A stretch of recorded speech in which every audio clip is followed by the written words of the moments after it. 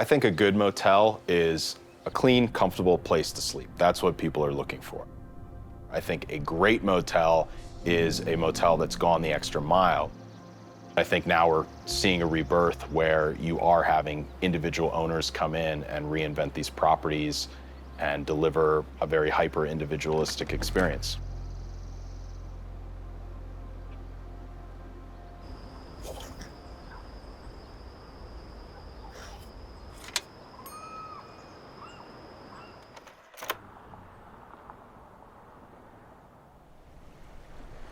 Lake Tahoe is a special place. You've got some phenomenal winter sports, some phenomenal summer activities. It took several years to create an exciting Olympic city here. A city different from any other anywhere. Lake Tahoe really shot on the scene after the 1960s Olympics, which were held up in Squaw. And after that, there was a huge boom in tourism, and a lot of motels sprang up to accommodate that demand. Ours were built in the mid-60s. The first time I came to Lake Tahoe was in late 2002, and then fast forward another 13 years, and I'm the managing owner of the Coachman. I remember bringing my daughter in here in a stroller when she was, a couple weeks old. My kids are growing up at the Coachman having a ton of s'mores, and they have a sense of ownership of what this property is and what it means. Do you want a marshmallow? Marshmallow. My father spent his entire career in the hospitality industry as well, just like me, and the Coachman is our first one together. And it's been a lot of fun being able to take what we've learned at big companies and adapt it to these small, authentic, interesting properties. He's just been so incredibly supportive of this journey for us. Could never have gotten here without his help.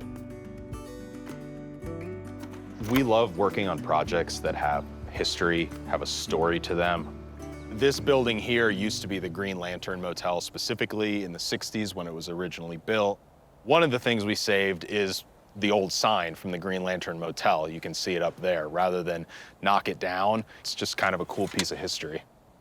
This was a motel, since the 60s, motel rooms from $39 to $99, and it was just a cheap place to stay. There was nothing else more to it. These are actual postcards from the 70s when it was the Royal Coachman Motel, which is this building we're in here, and the Green Lantern Motel, which is the building across the parking lot. They were combined in the 80s.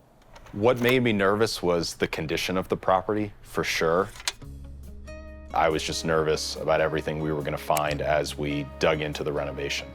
It was a lot of demolition. There was just stuff that we had to get rid of. There was out-of-date shower units. There was asbestos that needed to be remediated. It was a good 3 to 4 months of just straight demo and cleaning stuff out so that we then saw what we really had to work with. I think the most exciting milestone was when we painted the exteriors of the building. That you could really then see, okay, this is what it's going to become, and this is what people are going to see and feel when they first arrive at the property. That's when it really kind of hit for me that we're getting close here.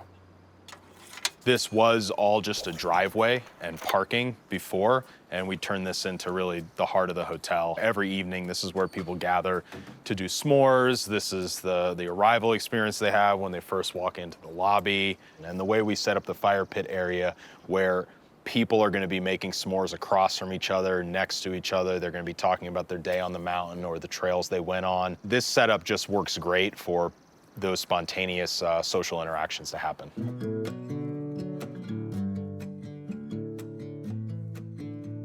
From a design vision standpoint, really what I think I bring to the table is understanding how we should program each space and what the use should be, and then working with some really talented designers to then, dial in and choose the right design, the right furniture that's going to lead to that experience that I'm envisioning. I think the driving design feature here is applying mountain modern style materials. Lots of use of wood, concrete floors, things that are simple and allow you to add little design touches here and there, from rugs to lighting to certain furniture pieces that then stand out.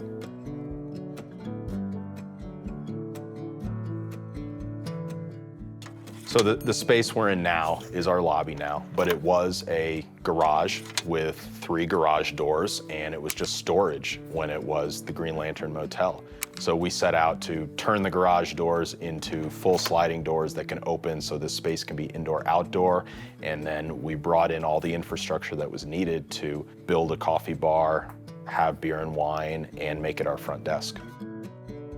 You can do whatever you want here. You can sit out and enjoy s'mores, you can sit out and enjoy sun, you can go to the hot tub, or you can, sit at the bar and chat with the team.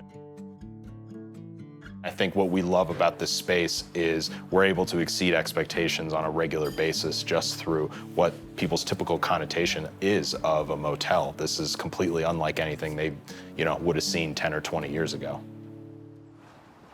Here's a little detail that you'll find in a lot of motels is these old school built-in do not disturb signs that when you turn the deadbolt, then actually say do not disturb. Motel rooms in general are smaller than your average hotel rooms. So by just gutting it, we could be a lot more efficient in our design, what went where, how people experience the rooms. The first thing you'll notice when you come into the room is obviously the practicality of the rubber flooring.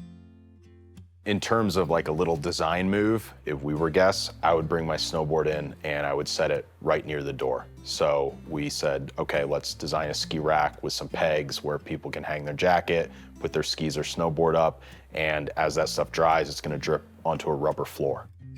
Your skis can fit between it. The leather provides, a little bit of extra grip if you were to, hang a jacket or something there. The bed frame was built here on site by our general contractor. That was custom. It was too big to even fit through doors. We had to build them like within the room. Every day when people are checking out, they ask the front desk, who designed that couch or who designed XYZ in the rooms.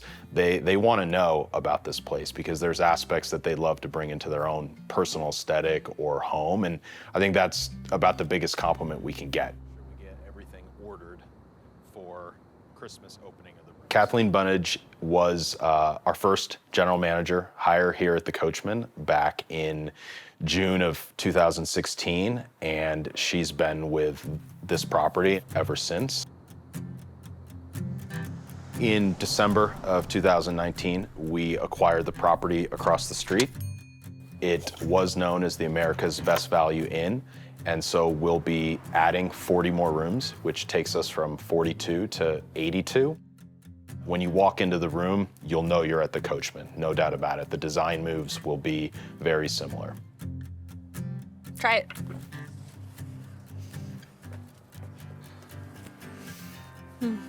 Oh, yeah. Yeah? The arms. Yeah, the arms are good. Make it. They do. Yeah. That's my one concern about putting just a stool out here. She's had heavy involvement in all of the design decisions, direction, and managing the construction process. I think the new bed frames are one of the biggest changes to how it functions for our team. When we originally designed these bed frames, they had kind of a box feel to them so that the mattress sat deep inside. So this is a new bed frame that we are extremely happy with.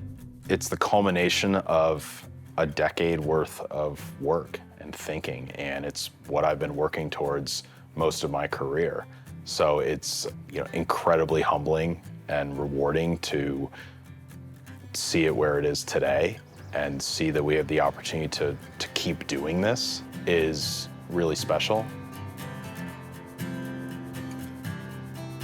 What it means to my family is hard to put into words. We're so connected to this place. It's a part of us that's never going away.